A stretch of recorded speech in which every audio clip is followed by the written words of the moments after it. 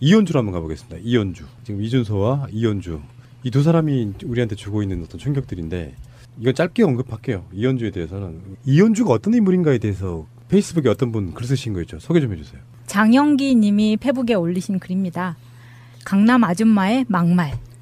국회 막말 아줌마가 2012년 광명시 을구에 전략공천으로 왔을 때 내게 내뱉은 요지는 돈을 얼마 주면 순순히 물러나겠느냐였다. 아, 그러니까 그분이 광명시 을의 지역위원장이었던 거죠. 그 당시 민주당에. 네, 맞습니다. 그때 나는 그곳 지역위원장이었다. 당시 당황했지만 그 막말은 그 아줌마가 르노 삼성 쌍용 정유회에서 근무했던 고액 연봉자의 사고체계인가 보구나 라고 생각을 했다. 당시 그 아줌마는 시장 경쟁의 승자로 온갖 악취를 풍기는 물신처럼 느껴져 재벌 비호 세력이라고 비판하며 강력히 반대했다.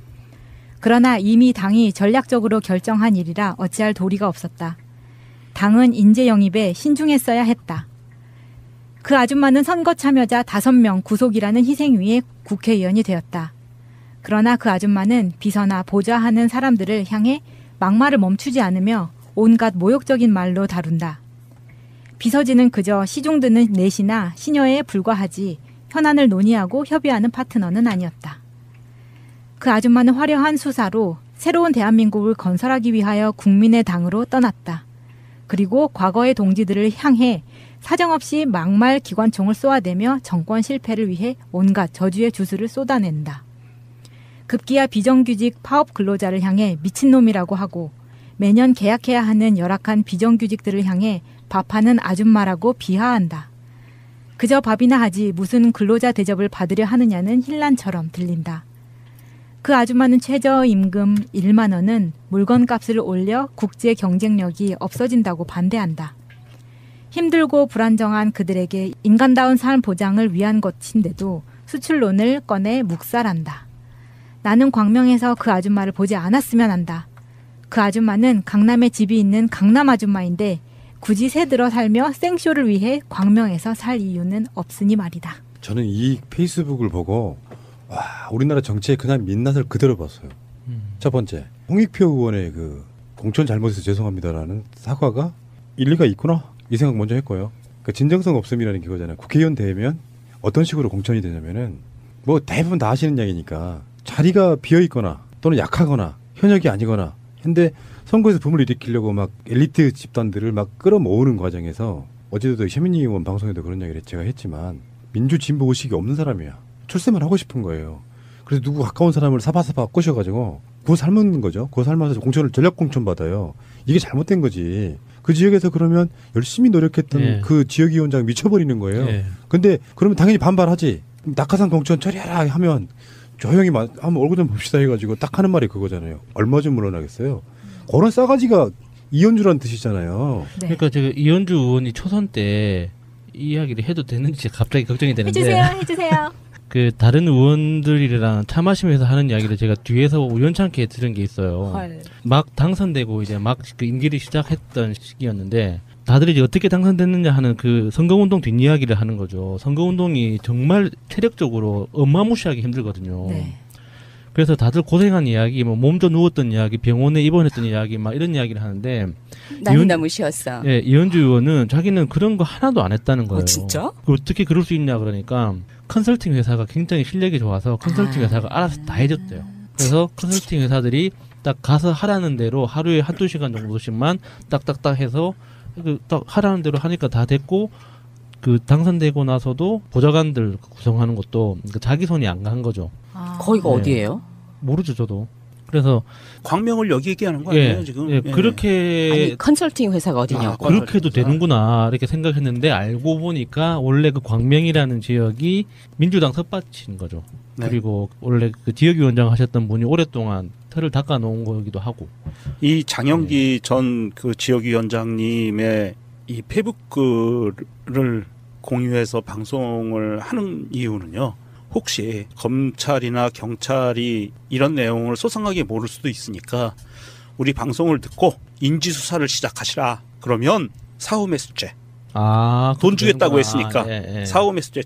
이 장영기 전 위원장님의 증언을 바탕으로 아마도 뭐 녹취록이나 뭔가가 있을 거예요. 본인이 갖고 있는 게. 그거 수사하면 이현주는 들어가셔야 된다. 개념이 있어야 돼요. 정치인은 디테일한 거 떨어지는 건 보좌관들이 해주면 돼요. 근데 어떤 방향성을 만드는 데는 개념이 있어야 되는데 그 SBS 기자랑 통화하는 거 들어보면 그거잖아요. 자기는 사적인 대화라고 했지만 잘 생각해 보면은 누군가가 만약에 내가 무슨 뭐 그럴 리는 거의 없지만 무슨 가끔씩 그런 연락이 올 때가 있어요. 저한테도. 어떤 경우에도 기자나 방송사에서 전화를 했다는 건 예를 들면 이런 걸로 있어요. 정말 친한 사이에 사적인 걸 전제로 하면 사적인 통화가 되는 건 맞아요. 이거 사적인 이야기니까 내지 마. 기자가 현안에 대해서 물어봤어. 이현주가 거기에 답을 하길 그렇게 했어. 그러면 그 자체는 그냥 바로 보도하는 거예요. 예, 맞아요. 그러니까 요거는 자기들 실대가 말이 안 되는 것이고 내가 봤을 때는 이현주가 망하려고 그 통화를 들어보면 아침 일찍 전화해서 미안하다 그러잖아. 이현주도 잠이 덜 깬 것 같아. 그러니까 머릿속에 이게 기자의 취재인지 뭔지를 모르는 상태에서 그냥 적나라하게 자기 마음이 표현돼 버린 거예요. 속마음이 그냥 그대로 드러나 버린 거지. 그 대화 자체가 제가 알기로는 이현주가 그 전날에 국회나 어디에서 그거 맞아요. 발언을 한 거에 대해서 후속을 팩트 체크하느라고 기자가 전화해서 에이 아무렴 그렇게 말하지 않았잖아요 라고를 듣고 싶은 거였었던 것 같아요. 그게 사실이면 진짜 쓰레기다. 그랬는데 그 내용은요. 지난번에 이현주 언주리가 언주리는 욕이 아니에요. 왜냐하면 트위터 계정 아이디가 언주리예요. 그래서 언주리라고 부르는데 언주리가 그 전에 한참 됐어요. 우리 최저시급 1만 원에 대해서 막 막말을 했었잖아요. 그렇죠. 그 다음 날이에요. 그러니까요. 그거에 대해서 녹취록이. 팩트 체크 하려고 전화를 한 것이니까 그렇게 리드를 했을 거예요. 어차피. 아니 전화 초반에 SBS 방송국 누구누구입니다 라고 기자가 이름을 밝혀요. 예, 저도 들어서 그런 사적인 통화는 그렇죠. 아니라는 걸 알았죠. 그 기자하고 아무리 형 누나든지 뭐 이렇게 친한 사이더라도 지금은 저는 SBS 기자로 전화하는 겁니다라고 못을 박아놓은 거잖아요. 이현주 안철수보다 더 중요한 사안이라고 보는 사람이에요. 이현주의 이번 이건 말실수 이런 게 아니고 말실수라고 하는 건 정확히 말하면 어떤 말을 하려고 했는데 단어가 잘못 나왔을 때를 말실수라고 하는 거예요. 속마음을 그대로 표현하는데 무슨 말실수입니까? 이현주는 정계 은퇴를 해야 되는 게 맞고요. 국민의당이 좀 생각 있는 정당이라면 이현주를 잘라내는 방식으로 가야 된다니까요. 이현주에 대해서 지금 나가라 뭐 그만둬라 당직을 그만둬 이런 사람도 없어 보여. 현실적으로. 저희가 페북글을 읽어드렸으니까 경찰과 검찰이 인지수사를 시작을 해서 사후매수죄로 해서 의원직을 날려버리시면 제일 빨라요. 그 시간 지났을 겁니다. 그게 벌써 6년쯤 됐잖아요. 5, 6년. 아 그런가요? 네, 공소시효 지났을 거예요. 그 생각은 안 했네. 법대 나오신 분이 왜 이래? 이 아줌마 돈이 얼마나 많길래 얼마면 돼를 외친 걸까요? 더 가정스러운 거는 그 손혜원 노노린 생각해보니까 다 가셨잖아요. 우리 그 토크 콘서트 할 때. 그분이 그거잖아. 알아주는 유명한 부자여서 사실 마포에 자기 집이 없었던 거잖아요. 다 팔고 이사 온다잖아. 이 사람 지금 6년째, 만 6년째 광명에서 국회의원 하고 있어. 근데 강남에 있는 집은 못 팔아. 그러니까 이제 한 거야. 보통 강남에도 좌파들이 있잖아요. 그게 대표적인 인물이 조국 교수 같은 사람이라고. 강남에서 살면서 그런 마인드 있잖아요. 밥하는 아줌마들이 뭐 그런 사람들 정규직 만들어주면 뭐하냐 이렇게 생각하는 강남의 대표적인 진짜 아줌마야. 이 여자는 직업이 변호사일 뿐이지 변호사 아줌마였다고. 근데 국회의원 해먹으려다 보니까 자기를 포장했던 사람이잖아요. 그러면 실제로 광명을 좋아하면 강남에 있는 아파트는 팔고 이사를 오는 게 맞죠. 아이씨. 야수 씨 동네 누나 왜 이래요? 제가 대신 사과드린다고 해결될 일이 아닌 것 그래도 같아서 사과라도 듣고 싶어. 참 이현주의 숨결을 한 번이라도 느껴본 적이 있는 사람은 사과하세요. 사과하세요. 제가 지금 무릎 꿇고 있는데 보이세요? 다음 아고라에서 국민의당 이현주 막말 관련 제대로 된 사과 및 사퇴 촉구 지금 서명 운동을 하고 있는데요. 5만 명 목표에 지금 2만 4천 명 정도 왔습니다. 많이 해주세요. 이현주 본인의 트윗을 소개시켜드리겠습니다. 오늘 올라왔는데요. 안철수 후보의 입장 표명을 보며 속이 많이 상했습니다. 우리의 과제와 시련이므로 서로 다른 상처를 가진 우리가 서로 보듬고 어우러져야 합니다. 동지 여러분 사랑합니다. 용기 내십시오. 이렇게 올리셨네요. 에라이 진짜. 유치이탈이 대단하네요. 저는 그 트위터에서 굉장히 낯선 공지를 하나 봤는데요. 국민의당 비례대표 의원 중에 최입의 의원이라고 있더라고요. 좀 몰랐는데 처음 보는 이름이었는데 안철수 전 후보가 3시 반에 기자회견 한다는 소식이 있고 나서 한 3시쯤에 이 트윗이 올라왔어요. 뭐냐면 의원실 공지 국가의 역할은 무엇인가 7월 13일 오전 10시 의원회관 제3세미나실에서 국회의원 연구단체 따뜻한 미래를 위한 정치기획이 주최하는 토론회. 뭐야? 국가의 역할은 무엇인가라는 주제로 국민의당에서 토론회를 한다는 게 이 뭔가 좀 이 미친 것들 아닌가 하는 생각이 드는 거예요. 맥보이님의 트윗입니다. 찰랑이가 여기서 찰랑이는 찰스를 말하는 거예요. 또 뭐예요? 요새 찰랑이라고 하거든요. 찰랑이가 사과한 당사자는 유미랑 준서지. 난 퍼뜩 해독 되던데. 유미랑 준서? 네. 나 때문에 고생이 많다 이거야? 이번 사건에 심적 고통을 느꼈을 당사자에게도 사과드립니다. 여기서 당사자는 유미와 준서입니다. 네. 미치겠다. 안철수의 사과문을 해석해 주신 분들도 있죠. 그게 돌고 있더라고요. 뭐 요약하면은 왜 나한테만 지랄입니까? 그냥 그런 거죠. 뭐. 그리고 그 국민의당에서 호남에 천막 뭐 비대위 쳤다고 했잖아요. 거기에 대해서 화성 정착민 쥐박이 님이 국민의당이 전라도 어디에 천막 당사 친 모양인데 그게 애초에 최순실 아이디어로 시작된 5035 퍼포먼스라는 건 알고 하는 건가? 또 걔들은 잘못한 거 인정하고 천막이라도 친 건데 국민의당 니들은 잘못한 게 없다고 치는 거잖아. 그러네요. 예.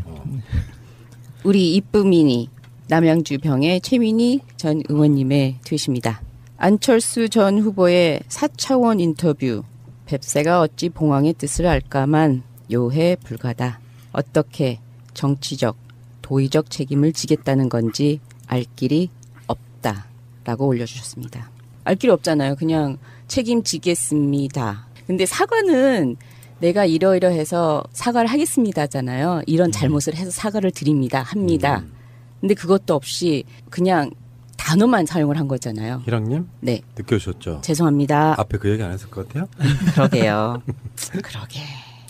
국민의당 입장에서 이 이현주의 이 문제가 일파만파된 게 네이버 때문이라고 그러고 있어요. 아, 그렇지. 그 얘기도 해야지. 네, 네이버에 책임을 돌리고 있는데 네이버 부사장 출신이 청와대에 가 계시잖아요.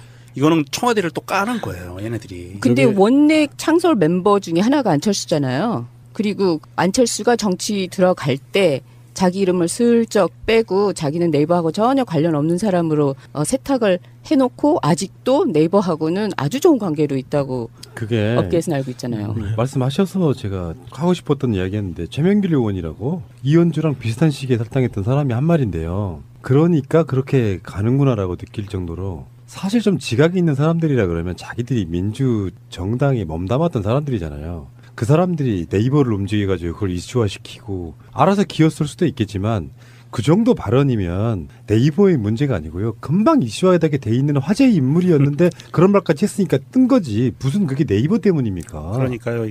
그 발언을 빗대서 슈퍼맨님이 이렇게 트윗 올려주셨네요. 아니야 바보야. 트위터와 페북 등 SNS 때문이야. 트위터 창업자하고 페북 주커버커도 문재인 대통령 당선 축하하고 그랬어. 이걸 공격해야 돼. SNS가 언주막말 거르지 않았다고 고소해. 이렇게 올려주셨네요. 그거는 더군다나 SBS 기자가 걸려 있어가지고 이래저래 논란이 될 수밖에 없는 사안이었는데 그걸 또 뭐 이제 청와대 국민소통수석 이분하고 연결 지으는 그 비열함은 그런 사람들이 민주정당에 있었다는 게 이해가 안 되고 나간 거 얼마나 다행인지가 느껴지고요. 그 이현주가 노동자분들한테 사과하는 동영상을 한번 보시면은 당연히 반발할 수밖에 없잖아요. 예. 웬만한 직업 몇 개를 그냥 한꺼번에 비하해버린 그런 발언이었기 때문에 근데 이제 사과하러 가서 사과를 받는 거지 않습니까? 누가 그럼 용서할게요 그래요? 용서받 담배 달고 그러면서 이제 고개를 여러 번 숙여요. 그리고 나서 돌아서는데 돌아서면서 입가에 옅은 미소가 있어. 무슨 비싼 걸로 지우면서 나가더라고요. 그래서 제가 그거 보고 그런 걸 느꼈어. 물론 자기도 그 상황이 겸연쩍으니까 이제 아이고 매맞는 타임 끝났구나라고 안도의 한숨이었을지 좀 쪽팔린다 하고 겸연쩍은 웃음이었을지 모르겠는데 어쩌면 안철수나 이현주나 이렇게 비호감이 있는 이유가 그런 거예요. 거기서 미소를 지으면서 나가면 어떡해. 그렇게 기본들이 안 돼 있어. 안철수는 오늘 죄송합니다 표정이 아니야. 나 화났습니다 표정이야.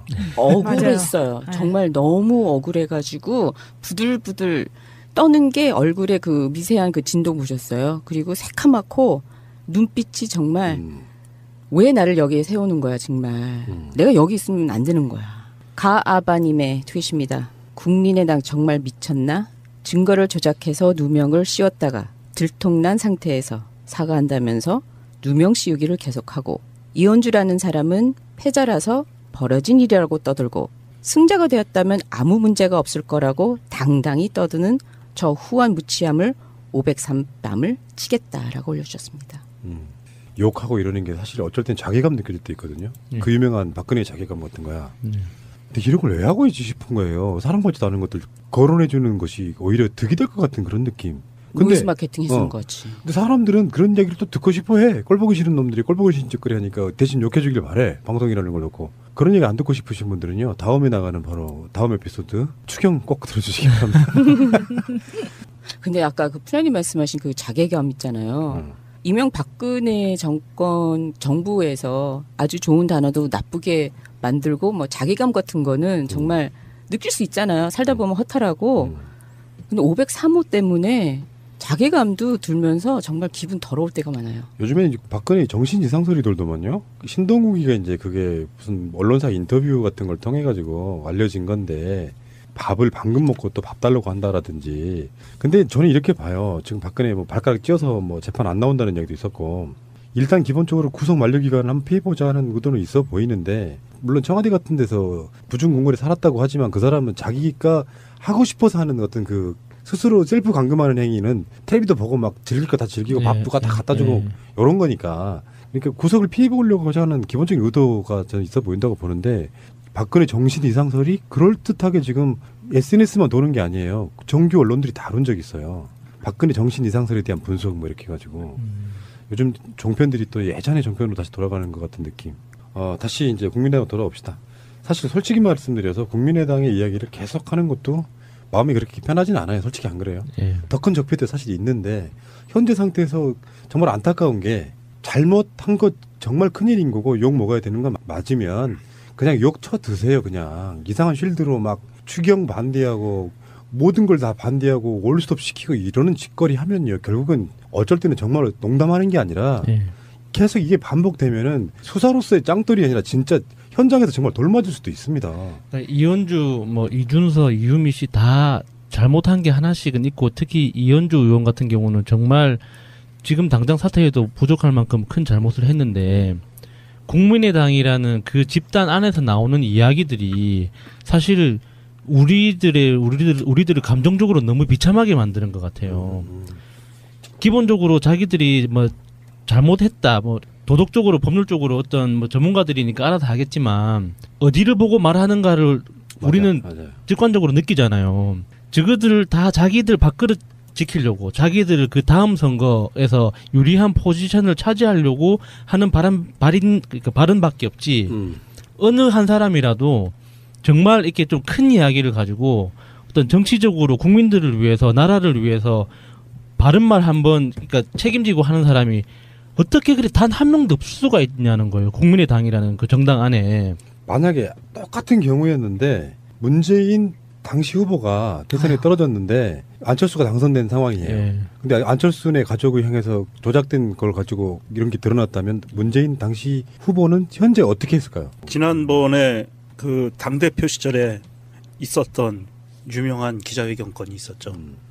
그때 문재인 대표가 정치 공작을 해서 이렇게 정당의 실무진들을 괴롭히지 말고 모든 책임을 나한테 물어라. 이렇게 기자회견을 했었어요. 당당하게. 그렇죠. 예. 정치인이 되려면 최소한 그 정도의 당당함은 있어야 돼요. 그게 어른이죠. 그럼요. 예. 안철수가 기자회견 한다고 할 때 속보로 그 공지가 뜨면서 사족이 하나 달렸었어요. 정계 은퇴는 안 할 듯. 네. 그 모든 사람들이 이 정도 상황에 있어서의 안철수가 질 수 있는 책임은 정계 은퇴밖에 없다고 생각을 했던 거예요. 그렇지 않으면 사실 기자회견 할 필요가 없는 기자회견이었다고. 근데 그 기자회견에 정계 은퇴라는 것이 빠진 앞으로 최선을 다해서 정치를 더 열심히 할게요 했잖아. 그러니까 I will be back 그러더라고요. 만약에 똑같은 상황을 문재인 대통령이 당선되지 못하고 지금 이 상태로 비슷하게 있었다 그러면 정말로 정계 은퇴를 바로 했을 거라고 생각이 들어요. 예. 한치에 흔들림 없이 예. 그냥 바로 꼼수 없이. 예. 이게 저는 정치인의 차이라고 보고요. 그렇게 세상을 바라보는 관점이 안철수 자기 자신은 뭐 새정치를 위해서 정치적으로 책임질 때는 다 졌다 이런 식으로 기자회견 하던데 실제로 그런 차이 때문에 사실은 정당도 더불어민주당도 성공을 하고 문재인 후보도 대통령이 됐던 거예요. 그런 관점으로 바라봤기 때문에 열과성을 다해서 저는 모든 구성원들이 선거를 띄워주는 이유가 분명히 있다고 저는 생각을 하거든요. 그런 면에서 봤을 때 안철수라는 사람은 제가 오늘 기자회견 보면서 느낀 건데 저 자리에 내가 있었으면 정말 훌륭하게 정치했을 텐데 안타깝다. 저는 왜 푸나님이 지금 우리가 나쁜 이야기 한 게 아니잖아요. 우리 문 대통령이었으면 어떻게 하셨을까라는 거에 대해서 이야기를 하는데 왜 이렇게 기분이 나쁘지? 상상만 하는 것 자체도. 비교해보려고 그러는 겁니다. 그러니까 절대로 제 방식이 가끔씩 방송할 때 한 4년 동안 그런 얘기 많이 했잖아요. 박근혜 욕하면서 노무현 대통령이라면 어떻게 했을까요? 이 이야기를 되게 많이 했던. 그렇게 해봐야 이게 인식이 와요. 그렇죠. 네. 아니 근데 그럴 때도 되게 불편했었는데 지금 막상 또 생각해보니까 안철수와 문재인 대통령의 정말 본질적인 언어의 차이가 문재인 대통령은 행동으로 말을 할 줄 아는 사람 같아요. 행동으로도 보는 사람이 저 사람이 어떤 생각을 하고 있고 어떤 말을 나한테 하고 싶구나라는 걸 알 수 있게 하는데 안철수 같은 경우는 아무리 많은 말을 해도 무슨 말인지 알아들을 수가 없는 거죠. 말뿐이니까. 지금 이 시간까지는 그런 거예요. 장관 2명의 임명을 놓고 뭔가 좀 정치권이 딜하는 느낌 이런 거고 그래서 우원식 원내대표는 지금 여기저기 동분서주하는 그런 느낌이고 다른 건 몰라도 국민의당 내에서 사실은 다른 목소리가 이제 나올 때가 됐죠. 우리 정신 좀 차리자. 정말 죄송하게 됐다. 그러지 마라. 미안한 건 미안한 거지. 그쪽에서 중진이라고 하는 사람들이 그런 목소리 들고 나와야 돼요. 이거 비열하게 당 지키겠다 이런 개념보다 항상 역사적 교훈은 있잖아요. 내가 모든 걸 내려놨을 때 살 수 있는 거지. 살아보겠다고 목숨 부지하면 그냥 죽어가는 모습이에요. 그걸 정치에서 아직 배우지 못했단 말입니까? 그런 사람이 대통령 됐으면 정말 큰일 날 뻔했습니다. 이렇게 생각했는데 알고 보니까 원래 그 광명이라는 지역이 민주당 텃밭인 거죠. 네. 그리고 원래 그 지역위원장 하셨던 분이 오랫동안 틀을 닦아놓은 거기도 하고. 이 장영기 전 그 지역위원장님의 이 페북글을 공유해서 방송을 하는 이유는요. 혹시 검찰이나 경찰이 이런 내용을 소상하게 모를 수도 있으니까 우리 방송을 듣고 인지수사를 시작하시라. 그러면 사후매수죄. 돈 주겠다고 했으니까 사후매수죄. 이 장영기 전 위원장님의 증언을 바탕으로 아마도 뭐 녹취록이나 뭔가가 있을 거예요. 본인이 갖고 있는 게. 그거 수사하면 이현주는 들어가셔야 된다. 개념이 있어야 돼요. 정치인은. 디테일한 거 떨어지는 건 보좌관들이 해주면 돼요. 근데 어떤 방향성을 만드는 데는 개념이 있어야 되는데 그 SBS 기자랑 통화하는 거 들어보면 그거잖아요. 자기는 사적인 대화라고 했지만 잘 생각해 보면은 누군가가 만약에 내가 무슨 뭐 그럴 리는 거의 없지만 무슨 가끔씩 그런 연락이 올 때가 있어요. 저한테도. 어떤 경우에도 기자나 방송사에서 전화를 했다는 건 예를 들면 이런 걸로 있어요. 정말 친한 사이에 사적인 걸 전제로 하면 사적인 통화가 되는 건 맞아요. 이거 사적인 이야기니까 내지 마. 기자가 현안에 대해서 물어봤어. 이현주가 거기에 답을 하길 그렇게 했어. 그러면 그 자체는 그냥 바로 보도하는 거예요. 예, 맞아요. 그러니까 요거는 자기들 실드가 말이 안 되는 것이고 내가 봤을 때는 이현주가 망하려고 그 통화를 들어보면 아침 일찍 의식이 없는 사람이야. 출세만 하고 싶은 거예요. 그래서 누구 가까운 사람을 사바사바 꼬셔가지고 그거 삶는 거죠. 그거 삶아서 공천을 전략 공천 받아요. 이게 잘못된 거지. 그 지역에서 그러면 열심히 노력했던 그 지역위원장 미쳐버리는 거예요. 근데 그러면 당연히 반발하지. 낙하산 공천 처리하라 하면 조용히 한번 얼굴 좀 봅시다 해가지고 딱 하는 말이 그거잖아요. 얼마 좀 물러나겠어요. 그런 싸가지가 이현주란 뜻이잖아요. 네. 그러니까 제가 이현주 의원이 초선 때 이 이야기를 해도 되는지 갑자기 걱정이 되는데. 해주세요. 그 다른 의원들이랑 차 마시면서 하는 이야기를 제가 뒤에서 우연찮게 들은 게 있어요. 헐. 막 당선되고 이제 막 그 임기를 시작했던 시기였는데 다들 이제 어떻게 당선됐느냐 하는 그 선거운동 뒷이야기를 하는 거죠. 선거운동이 정말 체력적으로 어마무시하게 힘들거든요. 네. 그래서 다들 고생한 이야기, 뭐 몸져 누웠던 이야기, 병원에 입원했던 이야기, 막 이런 이야기를 하는데 나무나무 쉬었어. 예, 이현주 의원은 자기는 그런 거 하나도 안 했다는 거예요. 진짜? 어떻게 그럴 수 있냐 그러니까 컨설팅 회사가 굉장히 실력이 좋아서 컨설팅 회사가 알아서 다 해줬대요. 그래서 컨설팅 회사들이 딱 가서 하라는 대로 하루에 1-2시간 정도씩만 딱딱딱 해서 딱 하라는 대로 하니까 다 됐고 그 당선되고 나서도 보좌관들 구성하는 것도 자기 손이 안 간 거죠. 거기가 어디예요? 모르죠 저도. 그래서 광명을 여기 얘기하는 거 아니에요 지금? 예, 그렇게 아니 컨설팅 회사가 어디냐고. 그렇게도 되는구나. 이현주로 한번 가보겠습니다. 이현주. 지금 이준서와 이현주. 이 두 사람이 우리한테 주고 있는 어떤 충격들인데 이건 짧게 언급할게요. 이현주에 대해서는. 이현주가 어떤 인물인가에 대해서 페이스북에 어떤 분 글 쓰신 거 있죠. 소개 좀 해주세요. 장영기 님이 페북에 올리신 글입니다. 강남 아줌마의 막말.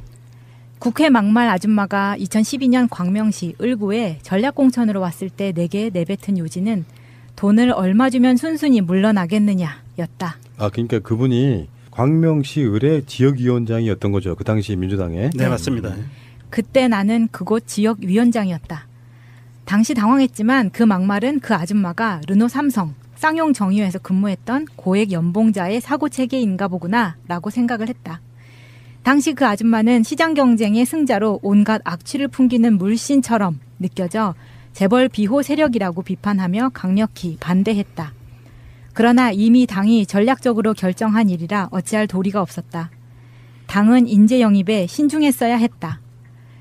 그 아줌마는 선거 참여자 5명 구속이라는 희생 위에 국회의원이 되었다. 그러나 그 아줌마는 비서나 보좌하는 사람들을 향해 막말을 멈추지 않으며 온갖 모욕적인 말로 다룬다. 비서진은 그저 시중 드는 내시나 시녀에 불과하지 현안을 논의하고 협의하는 파트너는 아니었다. 전화해서 미안하다 그러잖아. 이혼도 잠이 덜 깬 것 같아. 그러니까 머릿속에 이게 기자의 취재인지 뭔지를 모르는 상태에서 그냥 적나라하게 자기 마음이 표현돼 버린 거예요. 속마음이 그냥 그대로 드러나 버린 거지. 그 대화 자체가 제가 알기로는 이현주가 그 전날에 국회나 어디에서 그거 맞아요. 발언을 한 거에 대해서 후속을 팩트 체크하느라고 기자가 전화해서 에이 아무렴 그렇게 말하지 않았잖아요 라고를 듣고 싶은 거였었던 것 같아요. 그게 사실이면 진짜 쓰레기다. 그랬는데 그 내용은요. 지난번에 이현주 언주리가 언주리는 욕이 아니에요. 왜냐하면 트위터 계정 아이디가 언주리예요. 그래서 언주리라고 부르는데 언주리가 그 전에 한참 됐어요. 우리 최저시급 1만 원에 대해서 막 막말을 했었잖아요. 그렇죠. 그 다음 날이에요. 그러니까요. 그거에 대해서 녹취록이. 팩트 체크하려고 전화를 한 것이니까 그리고 그렇게 리드를 했을 거예요. 어차피. 아니 전화 초반에 SBS 방송국 누구누구입니다라고 기자가 이름을 밝혀요. 예, 저도 들어서 그 사적인 통화는 그렇죠. 아니라는 걸 알았죠. 예. 그 기자하고 아무리 형 누나든지 뭐 이렇게 친한 사이더라도 지금은 저는 SBS 기자로 전화하는 겁니다라고 못을 박아놓은 거잖아요. 이현주 안철수보다 더 중요한 사안이라고 보는 사람이에요. 이현주의 이번 이건 말 실수 이런 게 아니고 그 아줌마는 화려한 수사로 새로운 대한민국을 건설하기 위하여 국민의 당으로 떠났다. 그리고 과거의 동지들을 향해 사정없이 막말 기관총을 쏘아대며 정권 실패를 위해 온갖 저주의 주술을 쏟아낸다. 급기야 비정규직 파업 근로자를 향해 미친놈이라고 하고 매년 계약해야 하는 열악한 비정규직들을 향해 밥하는 아줌마라고 비하한다. 그저 밥이나 하지 무슨 근로자 대접을 받으려 하느냐는 힐난처럼 들린다. 그 아줌마는 최저임금 1만 원은 물건값을 올려 국제 경쟁력이 없어진다고 반대한다. 힘들고 불안정한 그들에게 인간다운 삶 보장을 위한 것인데도 수출론을 꺼내 묵살한다.